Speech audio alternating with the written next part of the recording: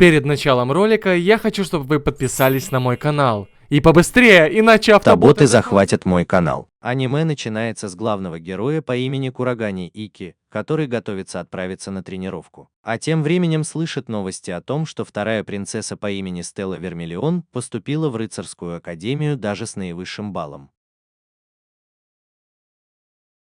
Закончив одеваться, выключи телевизор и подумай о том, как некоторые люди считают, что жизнь очень несправедлива. Они утверждают, что то, что было дано в начале, определит, как далеко ты сможешь зайти. Эта мысль разделяет общество на одаренных и одаренных. Несомненно, это составляет абсолютную иерархию, которая определяется в момент твоего рождения, и что те, кто не обладает даром, не могут превзойти тех, у кого он есть. И кроме того, они вынуждены отказаться от него ко всему, чем они стремятся быть. Тем не менее, Прота задается вопросом, так ли все должно быть в первую очередь. Затем он показывает нам воспоминания о том времени, когда Прота был еще ребенком и тренировался со своим дедушкой. Старик говорит мальчику, что он безусловно должен быть расстроен тем, что он слабее его, и это так, поскольку он должен держаться за это чувство, учитывая, что это испытание, которое еще не сдался сам с собой. Как только он заканчивает разминку, он останавливается перед своей резиденцией и вызывает свой меч, который, как мы понимаем, он называет интецу. Позже он объясняет, что люди, которые способны проявлять свою душу в форме оружия, известны не более и не менее как блейзеры. Те, кто утвержденные национальной организацией, получающие звание рыцарей магии. Именно в этом и заключается цель Прота. Сразу после этого он идет в свою квартиру и замечает, что у входа стоят женские ботинки. Войдя в комнату, он встречает принцессу Стеллу, которая в нижнем белье. Прежде чем она успевает что-то сказать, Прота прерывает ее и уверяет, что не собирается оправдываться, говоря, что она ничего не видела. Вместо этого он предлагает ей, чтобы он тоже остался в нижнем белье, чтобы они были в равном статусе. Но услышав его предложение, принцесса заканчивает: дадим ему действительно хороший подзатыльник. На перемене мы узнали, что Агвунг – одна из самых престижных рыцарских академий в Японии, поскольку на ежегодном фестивале 7 звезд академия всегда занимала первое место. Однако за последние несколько лет его результаты были не очень хорошими. Из-за этого нынешний директор взяла на себя руководство школой. Несмотря ни на что, мы видим, что перед ней стоит Прота с отпечатком руки Стеллы на лице, следствием того, что ее видели в нижнем белье. Поэтому его просят взять на себя ответственность как джентльмена перед принцессой. Поэтому при встрече со Стеллой он Прота извиняется и объясняет ей, что он не собирался видеть ее, пока переодевался. Затем она говорит ему, что если он хочет ее прощения, он должен просто совершить харакири, древний ритуал самураев, который они проводили, чтобы очистить свою честь. Услышав это, Прота спрашивает его, шутит ли он или что-то в этом роде, поскольку он не желает терять свою жизнь из-за такой мелочи. Внезапно мы видим, как директриса выходит из офиса и желает Проте удачи. В этот момент мы замечаем, что принцесса расстроена еще больше, поскольку она демонстрирует перед ним свою огненную магию. Таким образом, он начинает отступать и признается ей, что не мог отвести от нее глаз, потому что она кажется ему очень милой. Это замечание очень смущает принцессу, которая в конечном итоге обливается водой из-за того, что ее огненная магия привела в действие пожарные спринклеры. Как только она успокоилась, Прота пользуется возможностью, чтобы объяснить ей, что комната, в которой она была, на самом деле принадлежит ей. Услышав, что говорит Прота, она снова начинает раздражаться, потому что думает, что то, что он ей говорит, это просто предлог, чтобы войти в ее комнату. В этот момент директриса снова входит в офис, чтобы сказать им, что они забыли прокомментировать их, но с этого момента они будут в безопасности. Делим комнаты. После этого директриса показывает ему его комнату и указывает на свои номерные знаки в доказательство того, что они будут жить в одной комнате. Тогда Прота задается вопросом, как возможно, чтобы джентльмен ранга А находился рядом с джентльменом ранга F. Директриса объясняет ему, что именно поэтому они находятся в одной комнате. В той же комнате, поскольку нет никого более могущественного, чем принцесса, и не такого слабого, как Прота, что делает их идеальными компаньонами. Несмотря ни на что, принцессе не нравится идея жить в одной комнате с этим парнем. На это директор предлагает ей, что если она не согласится, она может сразу покинуть академию. Следовательно, Стелла в конечном итоге соглашается, но оговаривает, что Прота должен следовать любым условиям, которые она ему ставит, поскольку он имеет более высокий ранг. Эти условия заключаются в том, чтобы он не разговаривал с ней, не открывал глаз и не дышал. Слушая ее правила, Прота просит ее по крайней мере позволить ей дышать ртом, однако она отказывается от этого, утверждая, что она будет наслаждаться его же воздухом. Чтобы положить конец обсуждению, директриса предлагает рыцарскую битву, где проигравший будет выполнять приказы победителя. Прота считает это честной сделкой, поэтому в конечном итоге соглашается на все это. Однако Стелла говорит ему, что даже в ее мечтах джентльмен из ранга F мог бы победить человека ранга А, но Прота отвечает ему, что он уверен в своей подготовке и что в бою нельзя предсказать результат, если не постараться. Наконец-то этот соглашается с ней, но добавляет, что теперь только это не игра, поскольку правила в комнате одни, а проигравший будет подчиняться победителю до конца своей жизни. Каким бы унизительным это ни было, он должен стать слугой, который выполняет приказы как собака. Позже Стелла готовится к своей схватке с Протой, а пока он вспоминает, почему он в этой академии. Его страна очень маленькая, поэтому она решит сделать все, чтобы стать намного сильнее, поэтому она будет сражаться с ним изо всех сил. Как только он закончит службу, мы увидим, что все в академии уже знают о его противостоянии с Протой. Они задаются вопросом, почему человек, ведущий комфортную жизнь, решит противостоять ему. Впоследствии мы увидим, что Прота уже ждет ее на поле битвы. Директор выражает ей свое удивление по поводу того, что она приняла этот вызов. Прота отвечает ей, что в любом случае она должна была рано или поздно встретиться с кем-то, с кем она должна была встретиться, чтобы достичь своей цели, а именно выиграть турнир 7 звезд. Потому что это было условием, которое она поставила перед ним, чтобы иметь возможность участвовать в турнире 7 звезд. Получить диплом джентльмена. Сразу после этого Стелла прибывает на поле битвы и сообщает Проту, что, как она слышала, Академия не разрешает ей посещать боевые занятия из-за того, что она не соответствует официальной статистике магии. Поэтому она предлагает ему отказаться от идеи стать магическим рыцарем. Тем не менее, Эль Прота не планирует уходить с траура, поэтому она спрашивает его, могут ли люди, которые верят в тяжелую работу, превзойти даже самых талантливых. Эль Прота отвечает, что хочет верить, что это возможно. Услышав это, Стелла размышляет о своем прошлом и о том, как в ее королевстве ее называли одаренной, не признавая усилий, которые она прилагала, чтобы стать намного сильнее.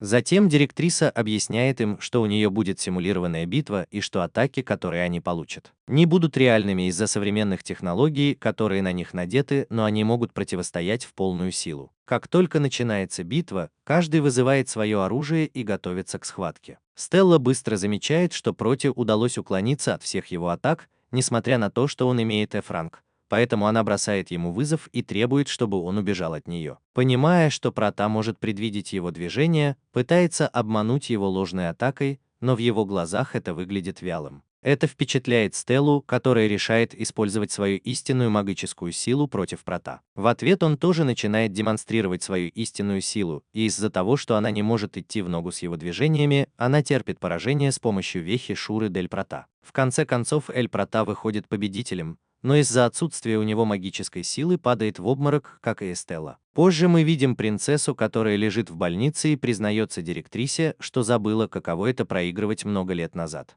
Впоследствии она консультируется с директрисой по поводу состояния Прота. Директриса объясняет ей, что он отдыхает, так как может проводить только одну магическую атаку в день. Затем Стелла спрашивает директрису, как это возможно, чтобы человек с такой силой F-ранга победил ее, и прежде всего, что если у него есть такая сила, как он находится в F-ранге. Затем директор разъясняет ей, что рыцари оценивают по их магической силе, поэтому боевые навыки не подлежат оценке. Следовательно, Эль Прота подвергался многочисленным несправедливостям, однако ему приходилось полагаться на себя и упорствовать, чтобы стать сильнее. Во время смены сцены мы видим, как Стелла направляется в свою комнату, где встречает Прота, спящего на верхней койке. В этот момент она замечает, что у него расстегнута рубашка, поэтому она использует эту возможность, чтобы потрогать его мускулы, хотя сомневается, правильно ли то, что она делает. В конце концов, она приходит к выводу, что Эль Прота обязан ей этой услугой, поскольку он впервые увидел ее в нижнем белье. Прикасаясь к ее телу, рука Эстеллы попадает в ловушку под мышкой у Проты, что ставит ее в очень неловкое положение перед принцессой, которая пытается спастись, пытаясь занять более удобное положение, но в итоге она оказывается сидящей на нем сверху. И как только она вырывается из его хватки и пытается коснуться его пресса, однако ее захватывает непреодолимая сила, исходящая от туловища Проты. Вдруг Прота просыпается и спрашивает ее, что она делает над ним. Это удивляет принцессу, которая ударяется о потолок комнаты, пытаясь встать. Сразу после этого мы видим, как Прата лечит лоб Эстеллы, а затем она извиняется перед ним за то, что принижала его. И рассказывает ему, что ее тоже считали одаренной, надеюсь, одаренной, и что он сожалеет о том, что сделал то же самое с ним. Видя, что она вспоминает, что произошло в битве, Прата спрашивает ее, действительно ли она будет его служанкой. Тогда она говорит ему, что все, что она сказала, было в переносном смысле. Услышав это, Прата говорит ему, как жаль, что члены королевской семьи не выполняют своих обещаний. Поэтому она говорит ему, что отныне будет делать все, о чем он ее попросит. На следующий день мы заметили, что Прата приступил к утренней тренировке. За ним идет Стелла, которая, кажется, устала от упражнений. Тогда Прата объясняет ему, что ее обычный распорядок включает в себя пробежку по 20 километров каждое утро, но если это окажется для нее слишком утомительным, ей не обязательно присоединяться к нему. Стелла, однако, настаивает и уверяет его, что этот темп не является для нее проблемой, тем не менее Прата указывает ей на то, что она слишком утомительна, что она обладает мощной магией, которая компенсирует ее недостаток физической силы, поэтому ей не нужно прилагать чрезмерных усилий на тренировках. Она немедленно просит оставить его в покое и заверяет, что он может продолжать заниматься своим делом. В ответ Прата упоминает, что она очень конкурентоспособна и предлагает ему свой энергетический напиток. Увидев это, Эстелла смущается, так как принять ее было бы равносильно косвенному поцелую. По этой причине он сожалеет, что сделал ей предложение, поскольку было очевидно, что она не хотела принимать бутылку, из которой он уже выпил. Однако Эстелла уверяет его, что это не доставляет ему неудобств. На самом деле все наоборот, потому что она забирает у него бутылку и пьет из нее. После этого она замечает, что Эль Прата кажется в хорошем настроении. Затем он сообщает ей, что его младшая сестра собирается идти в школу в тот день и что он не видел ее 4 года. Услышав это, она спрашивает его, собирается ли он упомянуть, что у них нет кровных отношений или чего-то подобного, как это происходит в манге. На что он отвечает, что они братья и сестры от одних и тех же родителей. Этот ответ успокаивает Стеллу, которая просит их возобновить тренировки. Во время смены сцены учитель Юрий Чан представляется их группе, упоминая, что она впервые ведет урок. Позже она сообщает ему, что в этот день у них не будет уроков, так как они будут решать любые возникающие у них сомнения относительно того, что директор школы выразила на церемонии открытия. В этот момент объясняется, что ранее Академия отбирала участников для участия в турнире, основываясь на результатах их способностей, однако с этого года отбор будет проходить через настоящую борьбу, в которой должны участвовать все студенты. Первые 6 финалистов будут представителями школы в этом году. Этот метод прост и справедлив буквально для всех. Поэтому соревнования начнутся на следующей неделе, и ученики будут уведомлены с помощью текстовых сообщений. Позже Эстелла проконсультируется с преподавателем об общем количестве боев, которые у них будут. Юрий отвечает, что у них, вероятно, будет около 10 боев на человека, и, скорее всего, они будут встречаться примерно каждые 3 дня. Однако, если они решат не драться, они могут выйти из боя в любое время, и это не повлияет на их окончание. Кроме того, Юрий заявляет, что предоставить всем справедливый шанс – это замечательно, поэтому он надеется, что на этот раз все будут мотивированы принять участие. Наконец, он желает всем студентам удачи, но из-за волнения у него начинается кровотечение из носа, и он теряет сознание. Позже мы наблюдаем, как Эль Прата и Стелла отвозят ее в лазарет. Как только там учительница извиняется перед ними за инцидент и упоминает, что в первый день она не хотела создавать впечатление больной, но ничего не могла с собой поделать. Тогда Эль Прата признается Эстелле, что своим поступлением в академию он обязан профессору Юри, поскольку именно она его приняла. Однако разъясняет Юри, что именно его способности привели его туда, несмотря на то, что его последний год был совершенно неудачным. Как только они покидают лазарет, Стелла спрашивает его о том, что учительница имела в виду под тем, что ему не повезло. И Кайл комментирует, который ссылается на то, что он не смог посещать какие-либо занятия, так как до его поступления в школу не существовало стандартов оценки навыков. Как раз когда Прата собирается объяснить, что он имеет в виду под этим, девушка в очках хватает его за руку. Став свидетелем этой ситуации, Стелла требует объяснений относительно того, кто эта девушка. Удивленный Прата отвечает ей, что ему тоже интересно то же самое, поскольку он понятия не имеет, кто именно она. Затем девушка сообщает ему, что они одноклассники, и представляется как Какаби Кагами. Она также признается ему, что является большой поклонницей Прата с тех пор, как стала свидетелем его битвы с Эстеллой. На самом деле обдумывает идею создания журналистского клуба и хочет, чтобы он был заголовком на первой полосе, поэтому просит эксклюзивное интервью с ним. В этот момент Стелла поздравляет Прота с его внезапной популярностью с первого дня в школе и внезапно продолжает свой путь. Сразу же Прота вырывается из схватки Кусакабе и четко следует за принцессой. Как только он собирается догнать ее, он слышит знакомый голос, выражающий облегчение от того, что наконец нашел его. Тут мы понимаем, что это Шизуку, вторая лучшая ученица первого курса и младшая сестра Прота.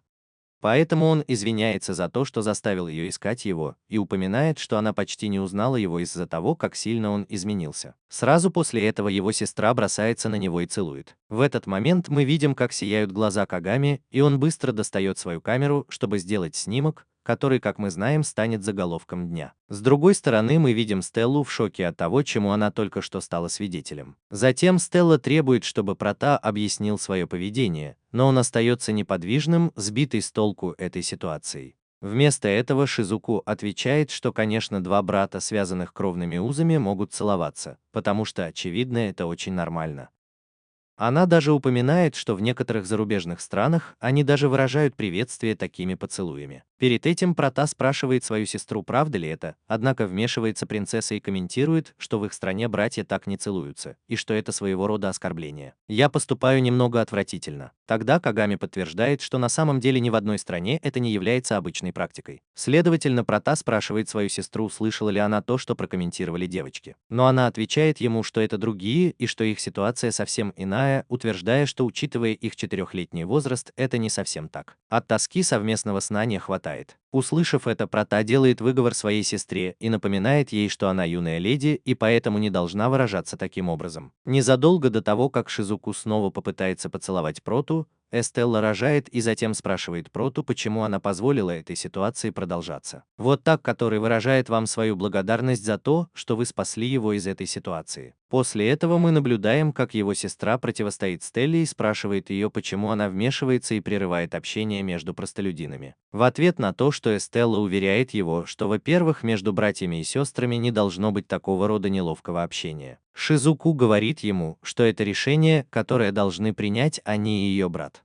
Кроме того, он предлагает сельской принцессе, которая не имеет к ним никакого отношения, воздержаться от вмешательства. Внезапно Стелла дает ему понять, что у нее есть связь с Эль Прота, поскольку он ее хозяин, а она его слуга. Услышав это, Эль Прота напоминает ему, что они договорились забыть об этом соглашении, однако Кагами уже подслушал весь разговор между ними и планирует опубликовать его в газете из школы. В этот момент Прота пытается убедить ее не публиковать этот заголовок, но Стелла уверяет его, что с ее стороны у него нет никаких неудобств. Она напоминает ему, что после их битвы он попросил ее лечь в одну постель. Шизуку сразу же спрашивает своего брата, правда ли то, что она говорит. Он пытается уточнить, что она имеет в виду койку в комнате, но уже слишком поздно объяснять, почему Шизуку уже призвала его. Ее оружие, поэтому Прота пытается остановить ее, говоря, что запрещено использовать ее силы без разрешения. Он внезапно понимает, что Стелла тоже взялась за свое оружие и готова сразиться с сестрой Прота. Прота пытается вмешаться, чтобы они могли избежать неприятностей, но перед лицом угроз со стороны обеих он вынужден отступить. Затем Шизуку оскорбляет Эстеллу, называя ее неклассной принцессой со сладострастной фигурой.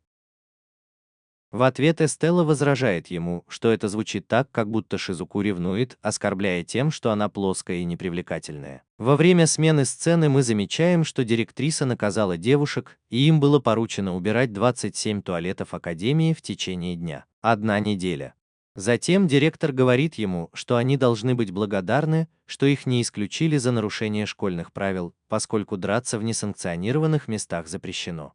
Закончив убирать туалеты, Стелла предупреждает Шизуку, чтобы она простила ее только на этот раз. Тем не менее, Шизуку предлагает ей, что ей лучше держаться подальше от своего брата, так как она никогда не сможет его понять. Тогда Стелла отвечает ему, что если он не объяснит ей, что происходит, она никогда не сможет этого понять. Поэтому Шизуку признается ему, что не знает, как до сих пор чувствовал себя ее брат, поскольку в их семье с ним обращались так, как будто его не существует. Затем мы видим, что в комнате Шизуку его ждет ее новый партнер по имени Алиса, и он выражает ей свою обеспокоенность по поводу того, что ее брат может умереть. Ваше опоздание. Во время смены сцены мы наблюдаем Стеллу, ожидающую Прота у входа в спальню. Когда он возвращается с тренировки, она упрекает его в том, что он не дождался ее, чтобы тренироваться вместе. Однако объясняет ему, что предполагала, что после того, как она вымоет все туалеты, она придет уставшая. Поэтому она решила, что если бы она была в туалете, она бы пришла уставшей. Двигайся вперед. Внезапно она спрашивает его, что имела в виду его сестра, когда упомянула, что с ним обращались так, как будто его не существует. Тогда Прота признается ей, что собирался рассказать ему эту историю, но предупреждает, что она немного скучная и грустная. Позже нам становится известно, что семья Прота происходит от лучшего воина Японии, и что на протяжении нескольких поколений они производили лучших рыцарей страны. Однако из-за того, что он родился с небольшой магической силой, был проигнорирован и оставлен в покое. Даже во время семейных собраний для него никогда не было стула. Однажды на Рождество он больше не мог этого выносить и решил сбежать из этой ситуации, но в итоге заблудился в сильном снегопаде.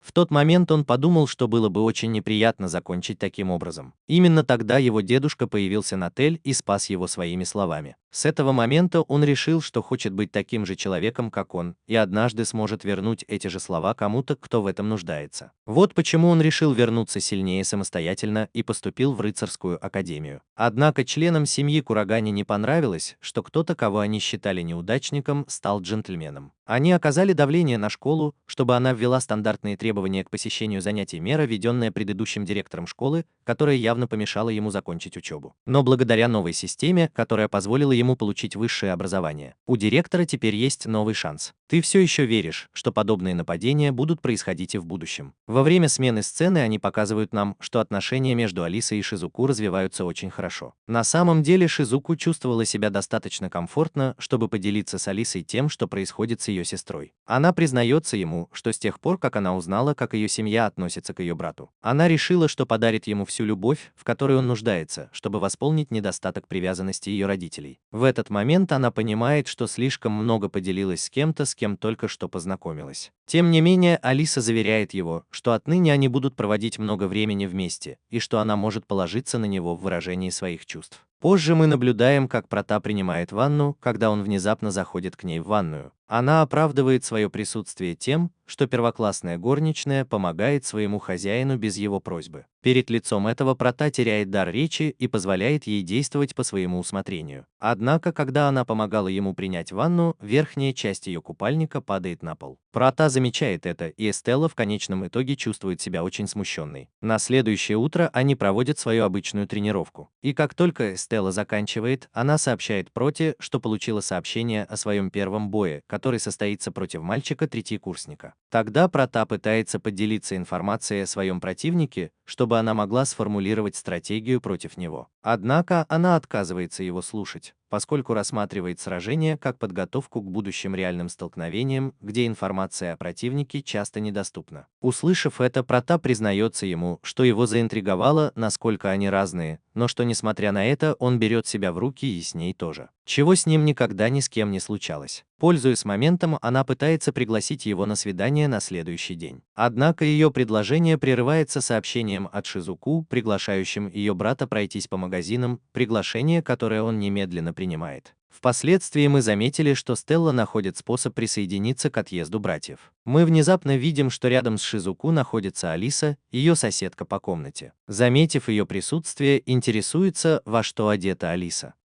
Алиса сразу же вызывает переполох и просит его не смотреть на нее таким образом. Затем Прота спрашивает его, мальчик ли он, на что Алиса отвечает, что биологически это так, но в глубине души он леди. После этого Алиса пытается соблазнить Прота своим обаянием, как и все остальные. Но ее прерывает Шизуку, кто снова нарушает школьные правила, снова используя свою силу, чтобы угрожать вам. Затем он направляется в кафе по предложению Алисы. Пока Шизуку наслаждается своим сливочным мороженым, Прота замечает, что на его щеке осталось немного еды, и убирает ее рукой. Тогда Эстелла пытается сделать то же самое, чтобы привлечь внимание Проты, но в итоге все ее лицо залито сливками. Поэтому Прота предлагает ей поискать полотенце, чтобы вытереться. Позже мы нашли Проту и Алису в ванной. В этот момент Ики замечает ему, что он удивлен, что его сестра так откровенна с ним, поскольку она обычно не заводит друзей, а тем более с мальчиками. Там Алиса объясняет ему, что это естественно, так как он все равно девушка. Внезапно Алиса замечает, что на улице много шума, и они решают спрятаться. Затем мы видим, что торговый центр, в котором они находились, был захвачен, а несколько вооруженных парней разрушили ванную с помощью своего оружия. Надеюсь, Алиса среагирует вовремя и использует свою технику, чтобы пробить стену и выйти из ситуации невредимой. Затем Прота спрашивает его о его способностях, и он объясняет, что может управлять тенями и перемещаться сквозь них. Затем Алиса и Прота направляются в комнату наблюдения торгового центра и связываются с директором академии. Она сообщает ему, что инцидент освещался во всех средствах массовой информации и что торговый центр окружен полицией. Она также сообщает ему, что преступники являются частью организации, возглавляемой Блейзерами, и требует непомерную сумму денег. Поэтому с этого момента торговый центр окружен полицией. На данный момент Академия предоставит им разрешение на использование своих полномочий, но предупреждает их, чтобы они не предпринимали никаких слишком рискованных действий. Во время смены сцены мы заметили, что Шизуку и Стелла были захвачены преступниками вместе с другими заложниками. Несмотря на это, у Шизуку есть план, и она советует Стелле, что единственное, что ей следует делать, это избегать слишком большого привлечения внимания. Тем не менее, мать и ее дети подвергаются издевательствам со стороны одного из преступников и находятся на грани убийства. Поэтому Стелла вынуждена вмешаться, и ее личность немедленно раскрывается. Как раз в этот момент он прибывает на место лидера преступников, и она наносит ему удар изо всех сил, но тот наносит ответный удар своей способностью, которая действует как преступление и наказание. Таким образом его личность раскрывается. Правая рука поглощает любой удар левой и возвращает его противнику. После ее собственного нападения Эстелла очень ослабевает, поэтому лидер преступников предлагает ей простить заложников в обмен на то, что она извинится перед ним на коленях и без одежды. Пока Эстелла выполняет ее приказы, Прота и Алиса полностью скрываются. Видя, что происходит со Стеллой, Прота пытается раз и навсегда напасть на лидера, но Алиса останавливает его. Затем он говорит ему, что они должны подождать, пока Шизуку не создаст барьер над заложниками, чтобы он мог спасти их всех. Внезапно мы видим, что Шизуку активирует свою силу воды и создает барьер,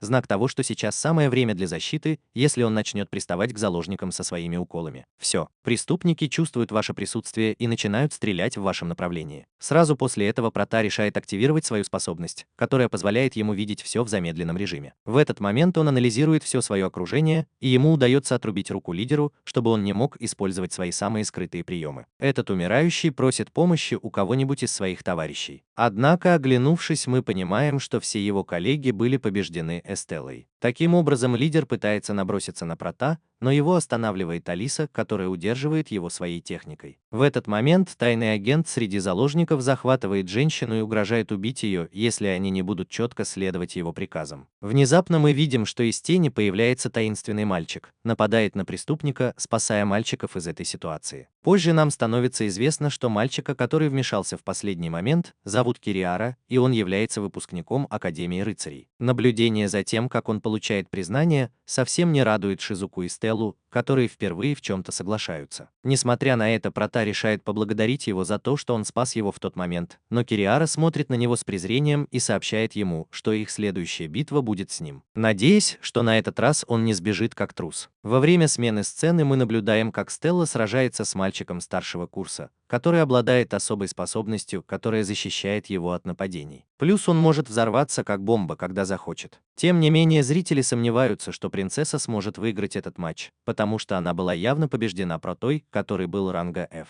Эти комментарии не обескураживают Стеллу, которая предлагает своему противнику возможность отступить, поскольку она знает, что он не сможет победить ее. После недолгого размышления он решает сдаться, оставив Стеллу победителем встречи.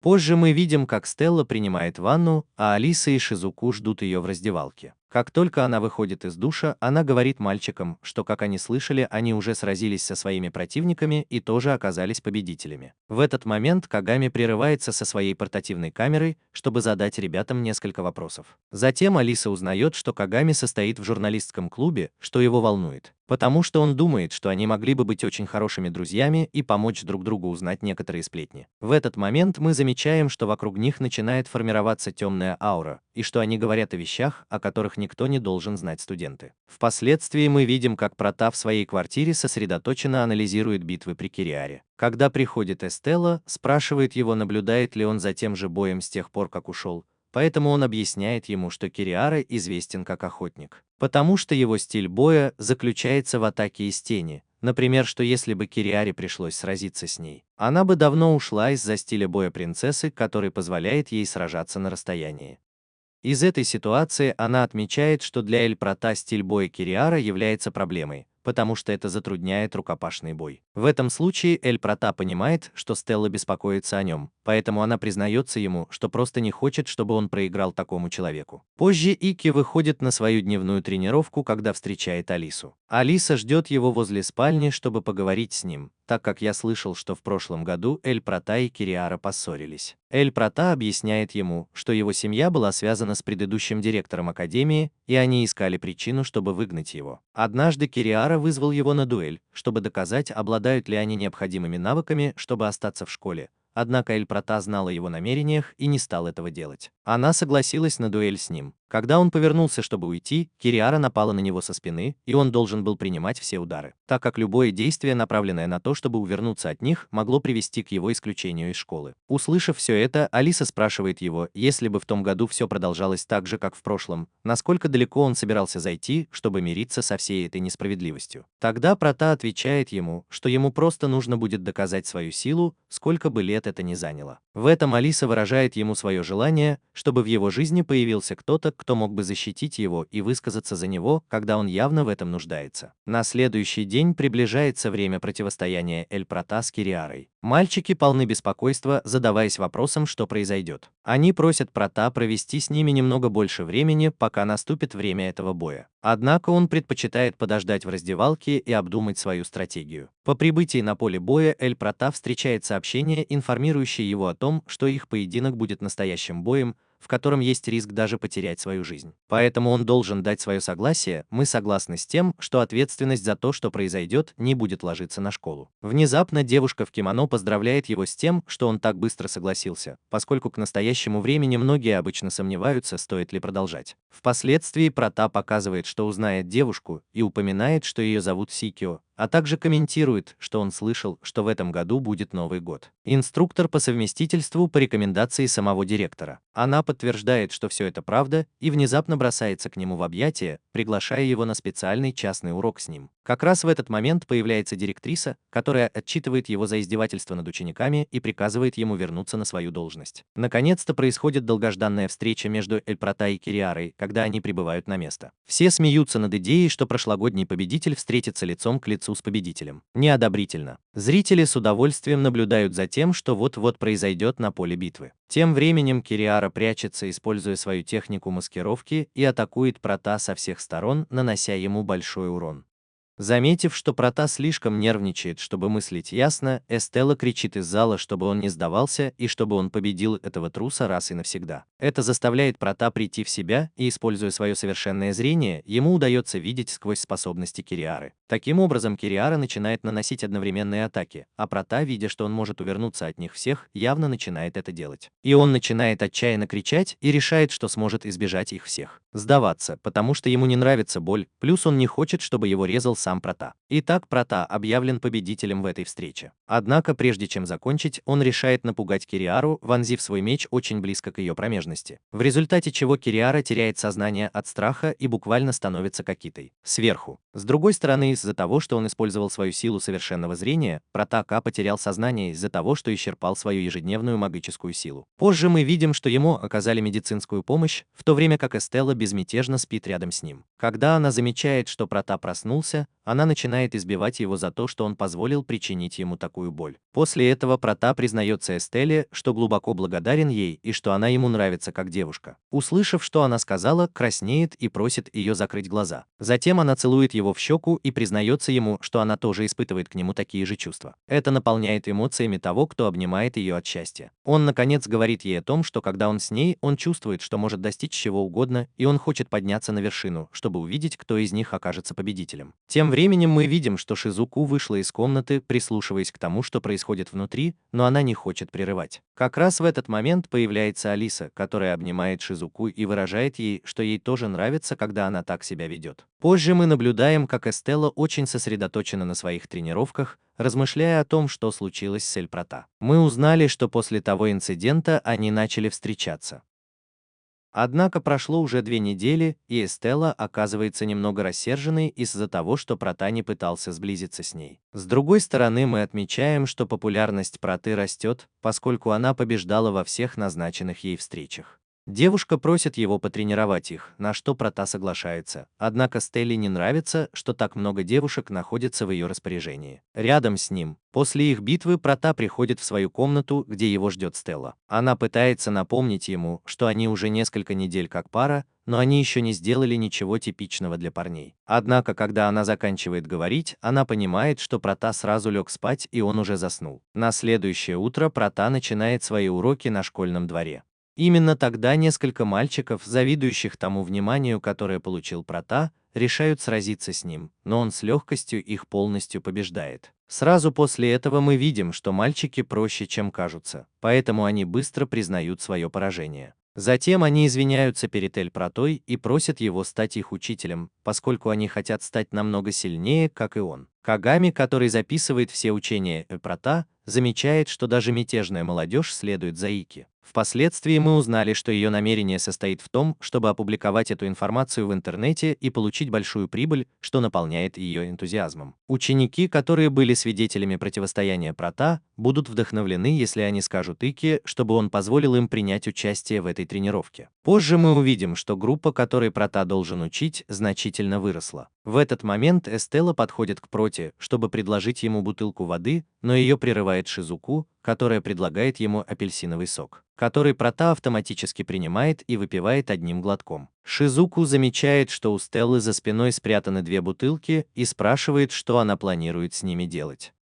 Вот Стелла отвечает, что они для нее, и начинает пить одну за другой. Как только она заканчивает, она просит Прота потренировать ее, но он говорит ей, что это было бы нецелесообразно. Стелла неправильно истолковывает ее ответ и убегает с места, не давая ей возможности продолжить разговор. По дороге в общежитие Стелла встречает Алису, и та говорит ей, что ищет Шизуку, чтобы показать ей набор томов, который она только что купила. Сразу после этого мы видим, как Стелла заимствует игру у Алисы, потому что один из персонажей очень похож на Прота, и она проводит весь день, запершись в своей комнате, играя в нее. Его сосредоточенность прерывается тем, что Прота говорит ему, что им нужно поговорить. Затем он объясняет ему, что она все неправильно поняла, поскольку причина, по которой он ее не учит, заключается в том, что она уже переросла свои способности. На данный момент объяснение ей того, как драться с Протой, может иметь для нее неприятные последствия. Она, наконец, признается ему, что планирует пойти в бассейн с мальчиками и что он хотел бы, чтобы она тоже присоединилась. На следующее утро девочки моделируют свои купальники, создавая вокруг себя звезд из-за того, как они блестят. Однако, когда я смотрю на Алису, все темнеет. В этот момент мы видим, что парни, которые бросили вызов Проте, также находятся в бассейне, благодарные за то, что последовали за Протой. Слушая их, он говорит им, чтобы они не переусердствовали, так как они знакомы всего несколько дней. Позже Ики инструктирует мальчиков задерживать дыхание под водой, стремясь соединиться со своим внутренним существом.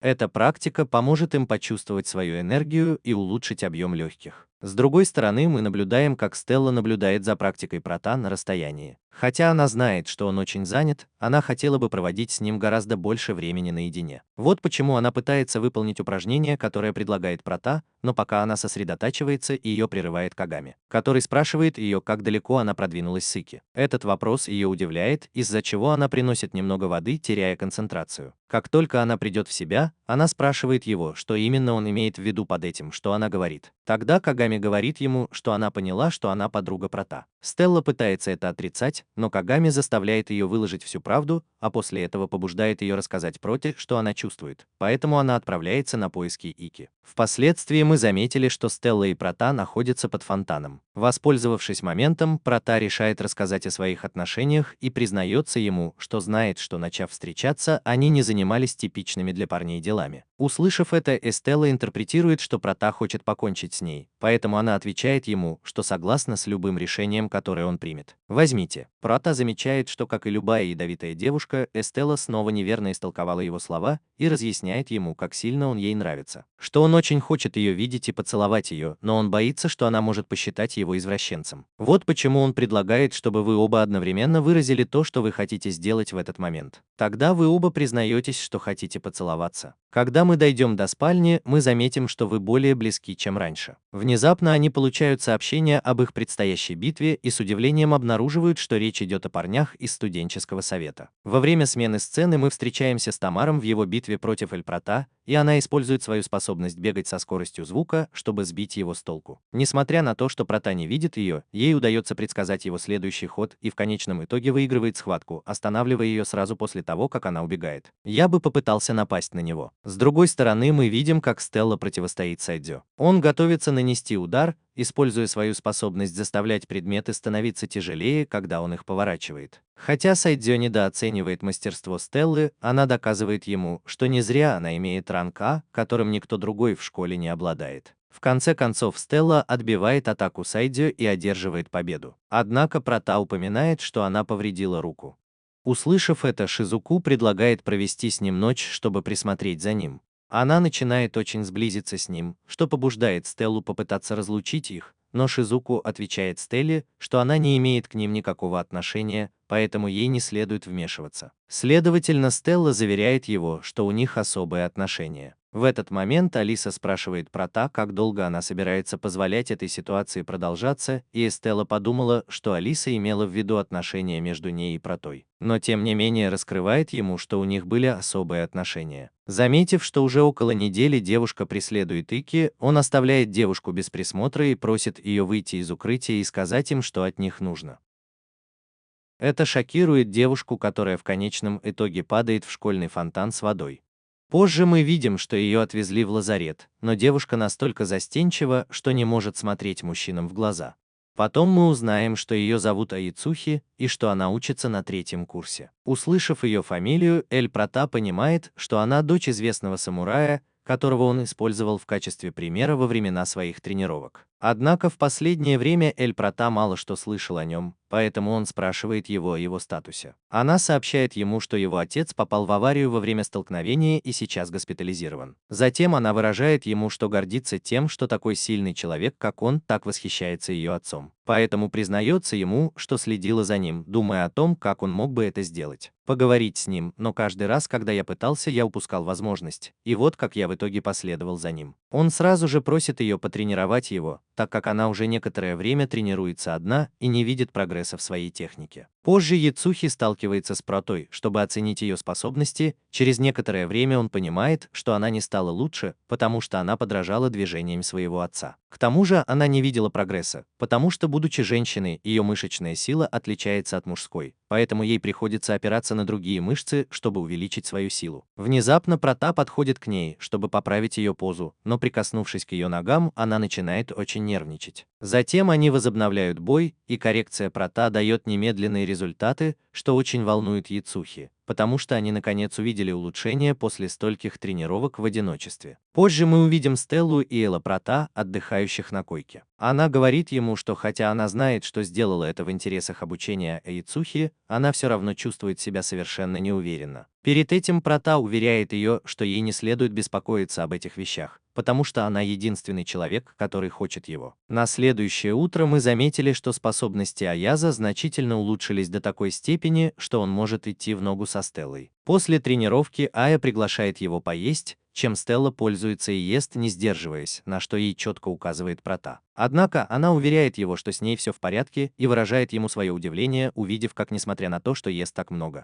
Стелла по-прежнему поддерживает здоровый образ жизни. Стройная фигура. В этот момент на место прибывает группа парней, и они начинают оскорблять Яса. Столкнувшись с этим, Прота вынужден вмешаться и приказывает им остановиться, так как его подруга чувствует себя некомфортно в этой ситуации. Видя реакцию Проты, один из мальчиков притворяется, что он добр к нему, и наливает ему выпить. Однако как раз в тот момент, когда он собирается, выпив из нее, он получает удар бутылкой, из-за чего ему становится больно. Сотрудник, наблюдающий за ситуацией, спешит позвонить властям, но его останавливает светловолосая девушка с зонтиком, скрывающим часть ее лица. С другой стороны, Эстелла, уже раздраженная унижением, которому только что подвергся Прота, бросает ему вызов – драться. Однако Прота останавливает его и говорит, что ему не о чем беспокоиться, потому что, вероятно, нападавший поскользнулся. Другие мальчики насмехаются над ним и говорят, что он человек без гордости. В ответ парень, который напал на него, подходит к нему и плюет ему прямо в лицо, давая понять, что происходящее не было несчастным случаем. Это приводит Стеллу в ярость, так как она собирается полностью его испепелить, но ее снова останавливает Прота, который говорит ей, что это не несчастный случай. Столкновение с таким трусом, как он, только унизит его как джентльмена. Из этого мы видим, что группа решает оставить все как есть и покинуть это место. Позже мальчик по имени Каната поздравляет Прота с тем, что он избежал драки с этим мальчиком, одним из 8 асов Академии Донро по имени Курауда. Затем девушка с мрачным именем Мизоги замечает, что если бы все пошло не так, им пришлось бы вмешаться. В тот момент мы узнали, что и Каната, и Мисохи входят в студенческий совет Академии Дель Прота. Сразу после этого Каната предлагает исцелить Прота с помощью своих способностей. Позже Прота спрашивает Аясе, кто были эти субъекты и почему он явно их беспокоил. Как раз когда он собирается объяснить ему, что происходит, их прерывает сообщение из Академии, в котором сообщается, что следующий бой состоится против Прота. Увидев это, она замолкает и убегает в направлении, противоположном направлению школы. На следующее утро Стелла проявляет беспокойство из-за того, что Аяся не пришла на тренировку. Шизуку спрашивает ее, не этого ли она хотела, учитывая, что она, казалось, очень ревновала Аясе. После тренировки Прота встречается с Алисой, чтобы узнать, знает ли она что-нибудь об Аясе. Тот говорит ему, что у Аяси нет шансов победить его, поэтому он, должно быть, что-то замышляет. Услышав это, Эль Прота демонстрирует Алисе сообщение, которое она отправила Ясе, где она назначает встречу с ним в 11-м корпусе рано утром. Поэтому она еще раз удивляется, увидев, что Алиса всегда на шаг впереди. Наконец-то Алиса предупреждает Прота, что он должен быть готов прекратить свою дружбу с Аязом и явно зайти так далеко, что предаст его. Во время смены сцены мы видим, как Прота встречается с Аязом на террасе здания. Она признается ему, что слышала об обещании, которое она дала принцессе, где они оба поклялись встретиться лицом к лицу в конце «Семи звезд». Поэтому она спрашивает его, что произойдет, если до того, как она выйдет в финал, она столкнется с гораздо более сильным соперником. Эль Прота без колебаний отвечает ей, что он будет честно бороться со всем, что у него есть, чтобы не испытывать угрызений совести в будущем. Однако она отвечает ему, что справедливость не всегда дает результаты. Внезапно она активирует свою способность и бросается с вершины здания прямо на Прота, не задумываясь, Прота бросается за ней в попытке спасти ее. В середине падения, чтобы она могла безопасно приземлиться, она вынуждена использовать свою особую виховую способность Шура. Эта мощная способность в конечном итоге открывает огромную брешь в здании, оставляя видимый след ее отчаянных действий. Оказавшись на суше, Аяся приближается к нему. В этот момент Прота осознает истинное намерение, стоящее за смелым поступком Аяся. Поскольку все это время ее план состоял в том, чтобы спровоцировать его на использование своей высшей способности, явно имея в виду Литачуру перед его обучением. Таким образом, он не смог бы использовать ее в борьбе с ней, поставив его в довольно значительное невыгодное положение. Значит, он хочет знать причину, по которой она оставила позади свою рыцарскую гордость и так отчаянно хочет выиграть эту битву. Она отвечает ему, что ей все равно, что я ей скажу, что она должна победить как само собой разумеющееся, в результате чего Прота почти теряет сознание из-за того, что использовала свои способности. Позже мы видим, что Эстелла разговаривает во сне и, кажется, ей снится Прота, который, по-видимому, ставит ее в довольно неловкое положение. Затем Стеллу будет Прота, который без сознания упал ей на грудь, но из-за сна, который ей явно снится, она подумала, что это был другой сон. Вещь. Позвонив ему несколько раз, она понимает, что с Протой что-то очень не так. На следующее утро Прота просыпается в лазарете очень встревоженный, обеспокоенный тем, что я не пропустил его встречу. Однако Стелла успокаивает его, говоря, что у него еще есть 3 часа до вскрытия. В это время он подходит к директрисе в комнате Прота. Она расследует, что случилось с 11-м зданием, и предполагает, что это как-то связано с ним. Прота сразу дает ей понять, что она примет любое наказание за то, что она сделала, но не будет раскрывать, с кем еще она была. Тем не менее, хотел бы знать об однокласснице по имени Яцуки. После этого директор сообщает ему, что отец Яцуки, известный как Последний самурай, был ранен в битве против Касики. В этой битве тот, кто победит, получит все имущество другого. После этой битвы отец Аицуки был без сознания в течение 2 лет, поэтому Аицухи потерял не только свой дом, но и своего отца в той схватке. Во время смены сцены мы видим Яцуки рядом с ее отцом, вспоминающим прошлое и то, как Курашики неоднократно унижал ее буквально в прошлом и в настоящее время. Из-за этого она жаждет дойти до финала «Семи звезд» и сразиться с ним, чтобы наконец отомстить. С другой стороны, Эль Прата потрясена историей, которую рассказала ей режиссер. Там она потеряла все, чем владела, что привело ее буквально к падению. Алиса, наблюдая за тем, как все происходит, замечает, что они должны быть осторожны, потому что как только они загнаны в угол, они способны на все. После этого Прота просит Стеллу сопровождать его куда-нибудь перед боем, так как у него есть несколько вещей, которые ему нужно решить. Позже мы увидим, что профессор Юри отвечает за наблюдение за боем Прота. Она готова приложить все усилия, чтобы оживить бой, и для этого он принес несколько книг с кровью, чтобы оставаться в сознании до конца. В этот момент мы видим, как Аяси выходит на арену, увидев приближающегося Прота. Он удивлен, так как предположил, что он все еще будет без сознания из-за того, что использовал свою силу. По этой причине все ждут, чтобы узнать, каковы способности Аяси. Из 6 выигранных ею поединков только она использовала свою технику владения мечом, чтобы одержать победу, поэтому шансы Проты могут варьироваться в зависимости от ее способностей. Как только начинается битва, Прота пытается напасть на Яси, но его таинственным образом отрезают, и он не может приблизиться к ней. С другой стороны, отступает, чтобы оценить ситуацию, и, находясь на страже, его снова режут. Это подводит его к выводу о способности Аяси создавать порталы, которые отключаются, когда она их активирует, но для этого ему нужно заранее разместить их на поле битвы. Сразу после этого он вступает в рукопашный бой, и Прота снова рубит Аяси, который загоняет его в ловушку. Когда Алиса становится свидетелем этого, она говорит девушкам, что Аяс обманывает, и что если это будет использовано в бою, он будет дисквалифицирован. В этот момент нам показывают, что место, куда Стелла сопровождала Прота, было к Юрию. Там мы видим, что Прота заранее занял свое место, что Аяся обманет, но она попросила профессора закрыть глаза на это действие, потому что у нее есть план. Вот почему, несмотря на то, что уловка Аяси так очевидна, профессор все еще не остановила битву, даже зная, что она обманывает. Впоследствии мы замечаем, что цель Прота — вернуть гордость Аяси, поэтому он начинает доказывать ей, что он всегда знал о ее технике и что она обманывает. Он может очень легко увернуться от нее. Это заставляет Аю паниковать и истощать все силы, которые у нее остались в последней атаке. Однако Прота способен видеть ее намерения насквозь и в конечном итоге наносит ей удар, который выводит ее из строя. Но явно не причиняет ей вреда, в знак того, что она все еще жива, он хочет оставаться вашим другом. Наконец-то Прота говорит ей, чтобы она позволила ему вернуть то, что она потеряла, на что она удивлена,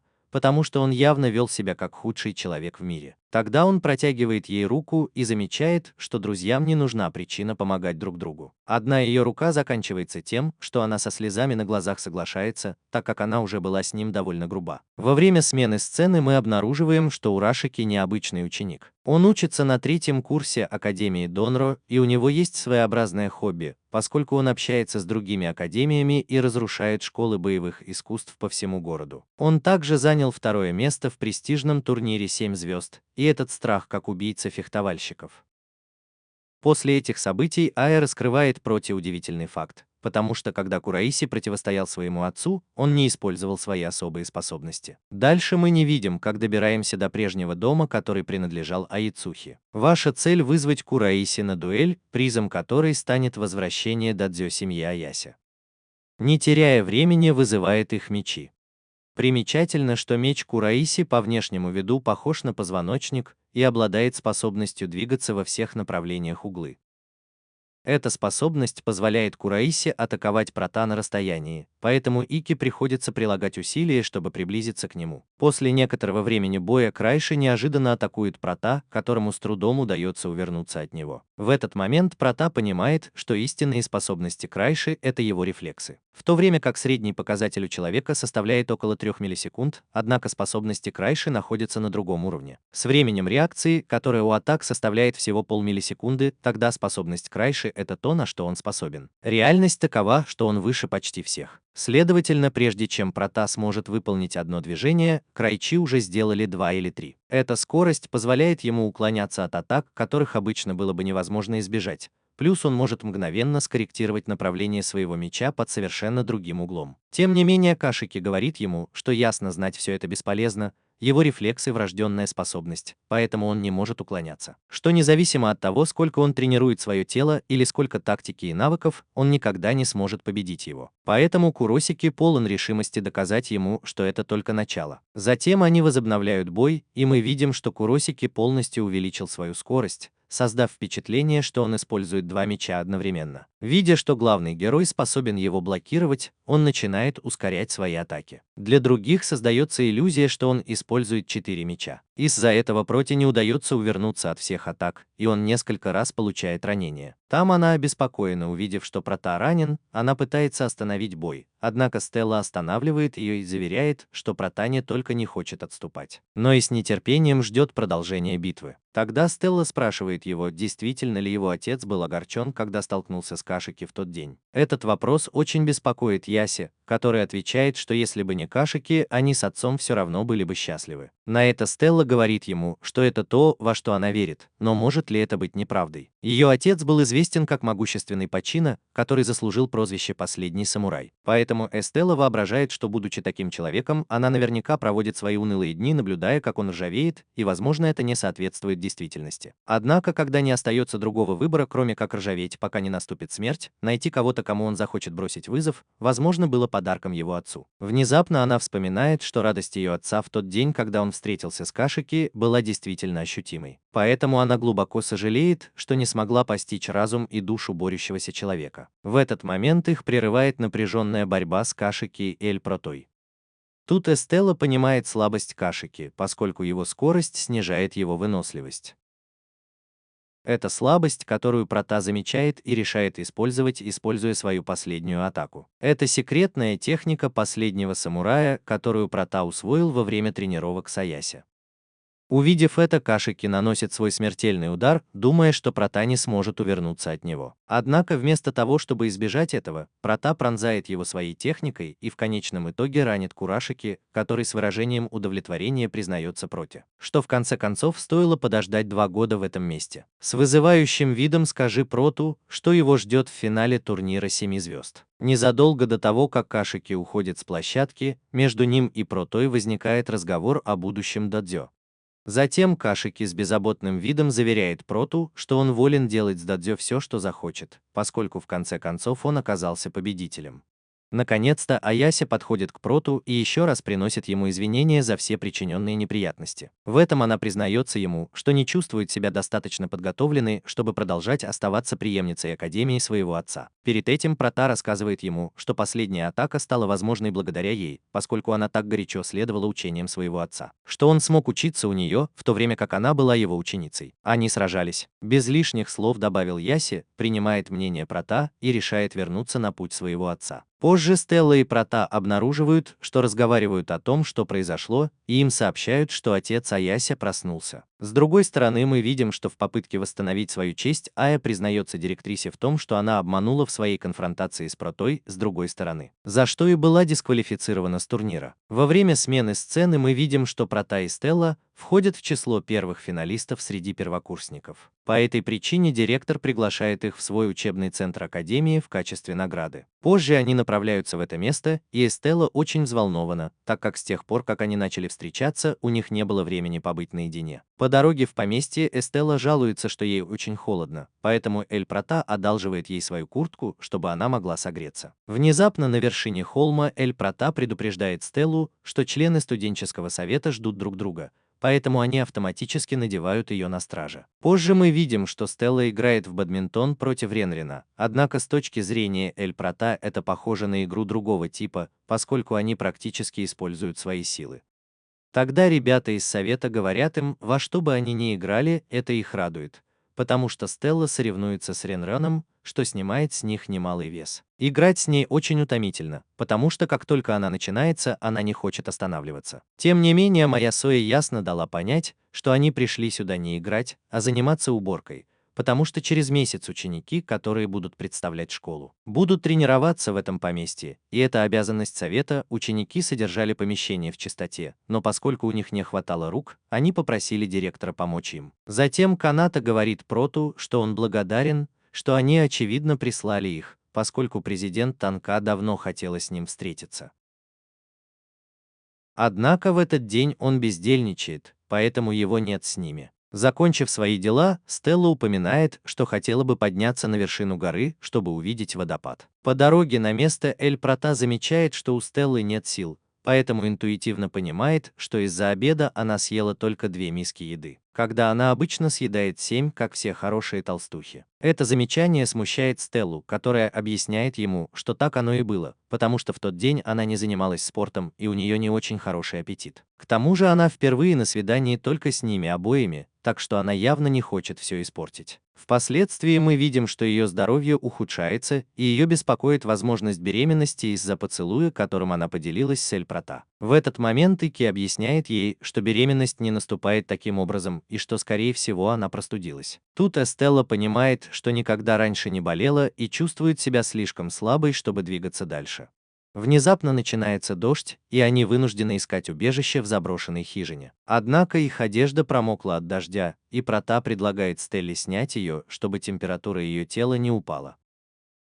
Стелла шокирована этим предложением, но Прата уверяет его, что сделает то же самое, чтобы она не чувствовала себя некомфортно. Наконец, Джек соглашается, так как он не впервые видит ее в нижнем белье. Однако чувствует себя настолько слабым, что не может раздеться самостоятельно. Осознав это, Прата решает помочь ей как можно быстрее. Как только она заканчивает, Эстелла замечает, что у Праты было очень трудное время, когда она помогала ему раздеться, потому что она видит выпуклость в его промежности, которая оставляет это очевидным. Так что здесь мы можем сказать, что у Праты буквально отбили хот-дог. Она говорит ему, что ему не нужно чувствовать себя неловко из-за этой ситуации, поскольку она его не беспокоит. Потому что это он, наоборот, она рада, что он интересуется ею таким образом. Тогда Эстелла набирается смелости и спрашивает Прата, не хотел бы он переспать с ней. Несмотря на это, Прата объясняет ей, что очень ценит их отношения и хочет достойно представиться при встрече со своими родителями, поэтому решает отклонить их приглашение. Как раз в этот момент Ики звонит в студенческий совет и сообщает, что они находятся в хижине.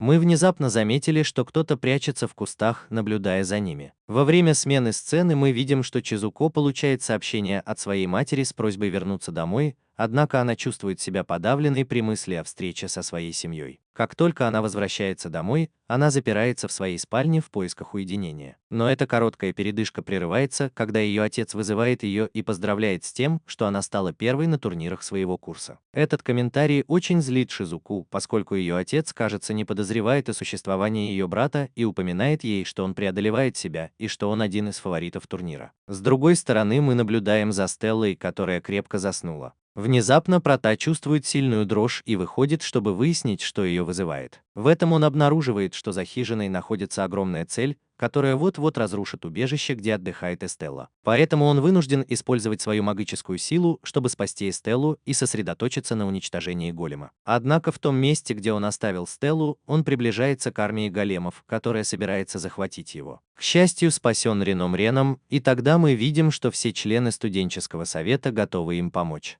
Они быстро оказываются загнанными в угол, так как каменные монстры не остановятся, пока не поймают Блейзера, который их контролирует. В этот момент на место прибывает президент студенческого совета, затем она использует свою магическую силу молнии, чтобы уничтожить всех големов одним ударом, разрывая связь, которую поддерживает. Враг был с ними. В тот момент мы узнали, что президент вошла в 4 лучших на турнире 7 звезд, а также была признана сильнейшей в Академии.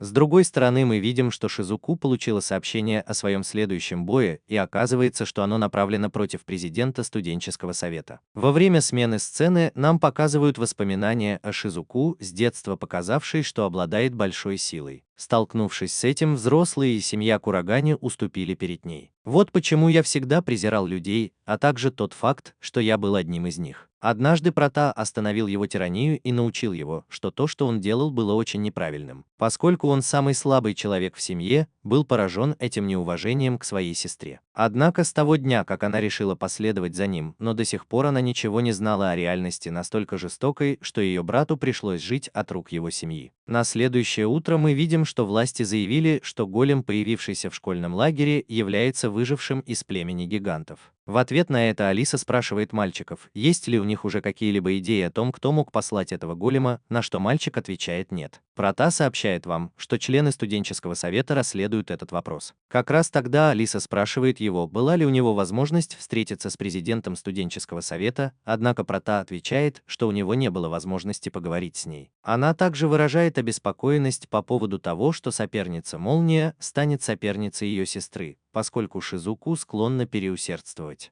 Затем Алиса объясняет ей, что вода, которую вырабатывает Шизуку, настолько чиста, что не проводит электричество. Поэтому есть шанс, что Шизуку сможет очень легко победить президента. Наконец-то наступает долгожданный час боя перед президентом Тонкой и Шизуку. Немедленно сестра Прота создает ледяную ловушку. Тем не менее, мы заметили, что Тонка невероятно быстра, и ей удается ранить Шизуку. Это действие производит впечатление на всех присутствующих. Они внезапно понимают, что это был ее водяной клон, и в этом мы видим, что Шизуку появляется на противоположной стороне атаки. Однако меч Танки ранит ее руку, и она быстро исцеляет его водной магией. После этого Тонка сокращает расстояние между ними и начинает внезапную атаку, но Шизуку быстро и меняет свое тело с помощью клонов. Хотя в конечном итоге она получает все больше и больше порезов, что делает ее более уязвимой.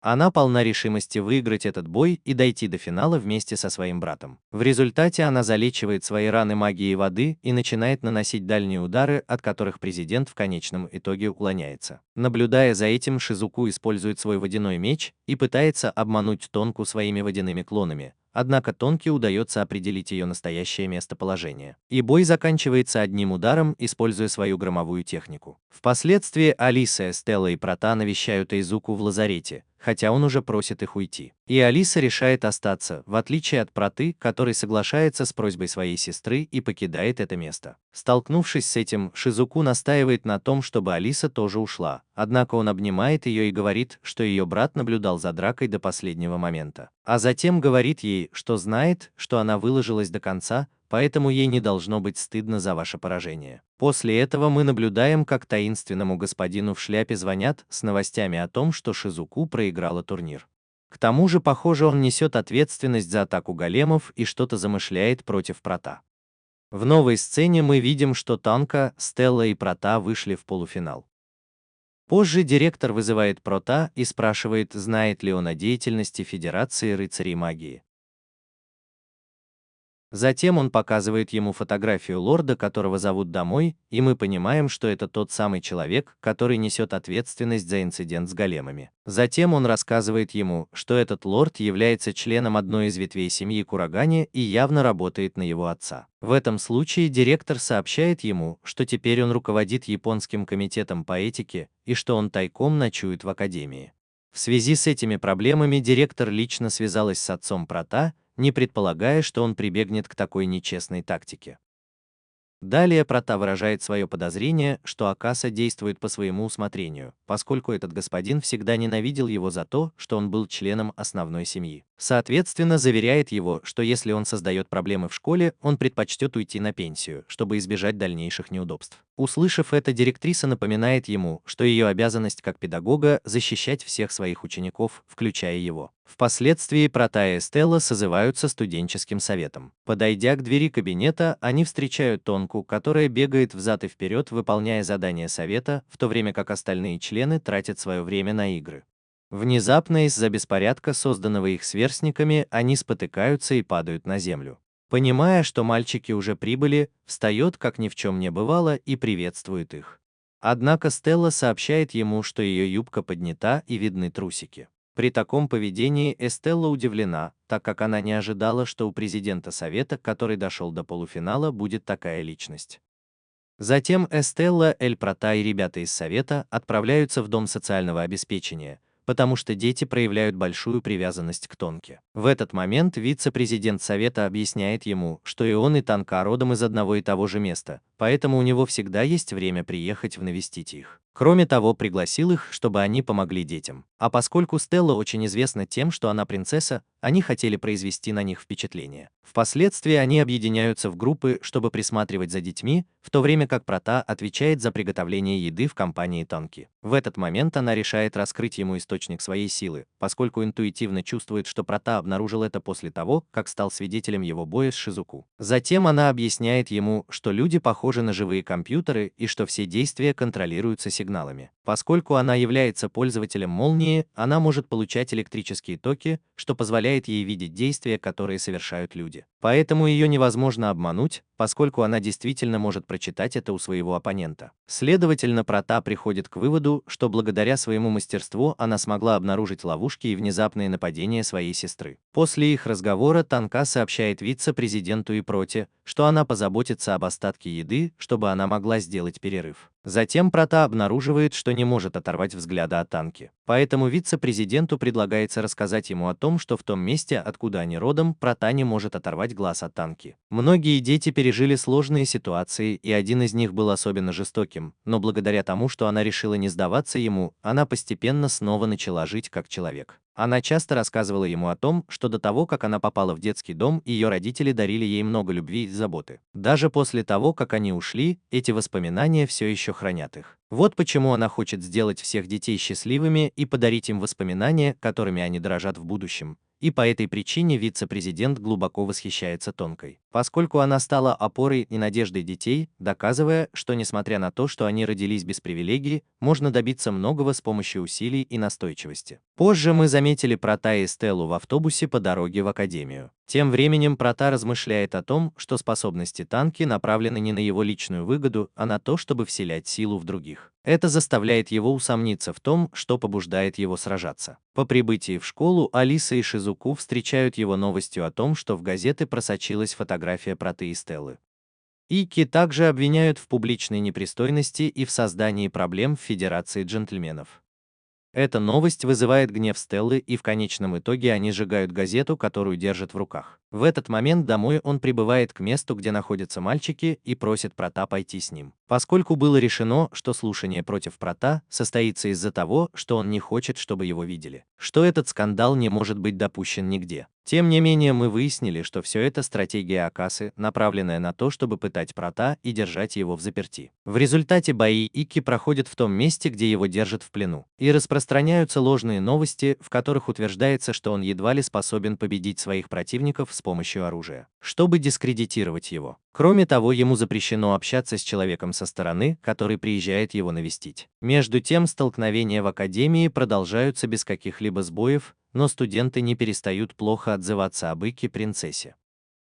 Эта ситуация заставляет Эстеллу подумать о том, чтобы покончить с Эль Прота, поскольку она считает, что все эти проблемы происходят из-за нее. Этот комментарий очень расстраивает Шизуку, которая в конечном итоге поражает Стеллу приступом воды. Поскольку ее брат переживает эту ситуацию, чтобы он мог быть с ней Стелла, в то время как она обдумывает идею предать его таким образом. Во время смены сцены мы наблюдаем, как Проте предоставляется возможность воссоединиться со своим отцом. Она спрашивает, сможет ли он получить признание после того, как выиграет турнир 7 звезд. Тогда ее отец разъясняет ему, что его отвергают не из-за слабости, а потому что для семьи Курагани было бы пустой тратой времени обучать кого-то, кто, будучи посредственным, считает, что может чего-то достичь. Поэтому он должен продолжать вести себя так, как будто его не существует, потому что если люди, которым не хватает навыков, начнут верить, что они могут стать сильнее, они поставят под угрозу иерархию нации, поскольку он понял, что его отец не ненавидел его, но с самого начала был невидим для него. Это то, что заставляет Ики плакать от бессилия. Поскольку все это время она изо всех сил старалась стать сильнее, чтобы доказать своему отцу обратное, но отношения между Амбросом всегда были разорваны с самого начала. Наконец-то он решает, что последний бой Прота будет против Танки. В этот момент Каса предлагает ему, что если он выиграет эту встречу, он сможет проявить себя как джентльмен перед всей публикой. В таком случае совет по этике проигнорирует весь инцидент. Однако, если ему не удастся победить, он должен пообещать раз и навсегда отказаться от идеи стать джентльменом. Во время смены обстановки мы видим, что воля Прота нарушена из-за разговора, который он имел со своим отцом, поскольку любой из нас чувствовал бы себя так же, как Прота в тот момент. В этот момент момент, потому что то, что заставляло его становиться сильнее, было необоснованной целью, которой он никогда не достигнет. Поэтому сейчас у него нет четкой цели, к которой нужно стремиться. Впоследствии мы видим, что президент Яма Шизуку убеждает своего брата отказаться от боя, поскольку она обязана участвовать по приказу рыцарской организации и знает, что он не в лучшем состоянии и не в лучшем состоянии. Позже мы заметили, что президент Совета разговаривает с Ютой, которая говорит ей, что независимо от исхода битвы с Эль-Протой, она не сможет гордиться этим противостоянием. Это потому, что она знает, что этот бой был организован взрослыми со злыми намерениями против Ики. На следующее утро мы заметили, что Акаса разрешил последнюю битву Прота в обмен на трансляцию ее в прямом эфире по всей стране. Он также оставил Ики в одиночестве, что привело к задержке. Впоследствии Прота направляется к месту встречи, но его слабости и изношенный вид заметны. Там он начинает критиковать себя за то, что выбрал этот путь страданий и одиночества. В этот момент он вспоминает слова своего деда, которые когда-то подбадривали его, но теперь причиняют ему только боль. Внезапно его галлюцинации прерывает Шизуку, которая ждала его по дороге в академию. Вот этот показывает ему, что все его друзья там с ним, ожидая, что он выиграет этот бой, несмотря на состояние, в котором он находится. Затем он прибывает в Эстеллу, чтобы объявить ему, что он выиграл свой пропуск на турнир 7 звезд, как и обещал. Увидев ее, он вспоминает, что его цель – встретиться с ней на этом турнире, как он уже обещал. Тут мы замечаем, что глаза Прота начинают наполняться блеском, и ему стыдно, что у него были такие слабые мысли. После этого он направляется на поле битвы, где его ждет Танка, которая готова сразиться с ним со всей своей силой. Тогда Прота решает использовать свою окончательную атаку против нее с самого начала, потому что он знает, что обманчивая стратегия не сработает. В конце концов, Танка заканчивает тем, что ее меч разбит вдребезги, и она падает без сознания после удара Ики. Увидев все это дома, отказывается верить, что это происходит, и решает спуститься на поле битвы, чтобы прикончить Эль-Прота голыми руками, потому что он не позволит рыцарю убить себя. Потерпел неудачу, поскольку он опозорил престиж семьи Курагани. Ниже мы видим, как Стелла бросается на поле битвы и наносит ответный удар по дому, как будто это ничего не значит. Однако Прота едва может стоять на ногах из-за того, что применил свой последний удар. Учитывая, что он ждал принцесса, чтобы предложить ему стать ее семьей с этого момента, что Стелла в конечном итоге с радостью принимает. Во время смены сцены мы видим, что отец Проты наблюдает за дракой, когда его прерывает отец принцессы Стеллы. Последний предупреждает его, что было бы дурным тоном, если бы его дети вмешивались в дела взрослых, намекая, что они что-то замышляют. Позже мы узнали, что предложение Проута было немедленно отклонено, когда король Вермиллиона отказался от своей помолвки,